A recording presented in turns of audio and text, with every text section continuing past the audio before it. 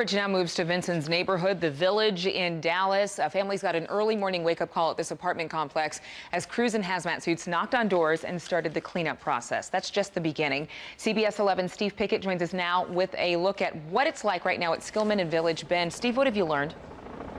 Well, within the past hour, you can see over my shoulder these contracted environmental hazard clean teams that you have seen before. These other locations, the Ivy Apartments with Thomas Eric Duncan, now here at this location.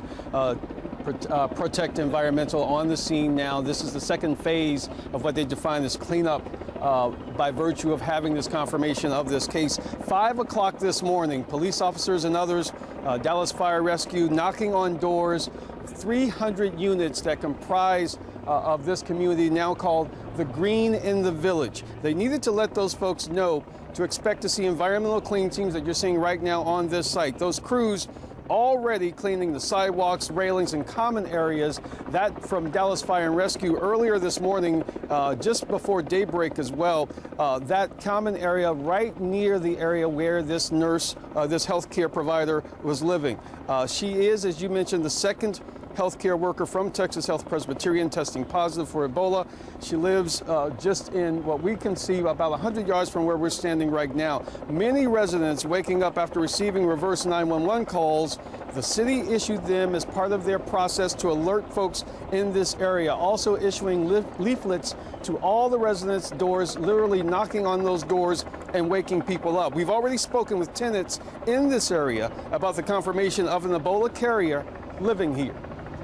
Little do you know, it's right down the street from where we live at, so it's it's nerve-wracking. You know, at first it was started in West Africa, then there was one case here, now there's 2, 3, 4, and then now it's right down the street from where I live at now, so it's, you know, it's really nerve-wracking. It's pretty crazy. You got to be okay with it. You can't feed into the hysterica, and you can't close the doors and lock all the windows and never go out.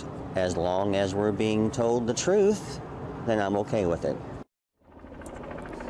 We know none of those individuals knew this young lady, don't recollect any particular dynamics about her or recollect seeing her. Again, this is a huge complex, 300 units, and part of a larger apartment community between the areas along Greenville between Southwestern and Lover's Lane.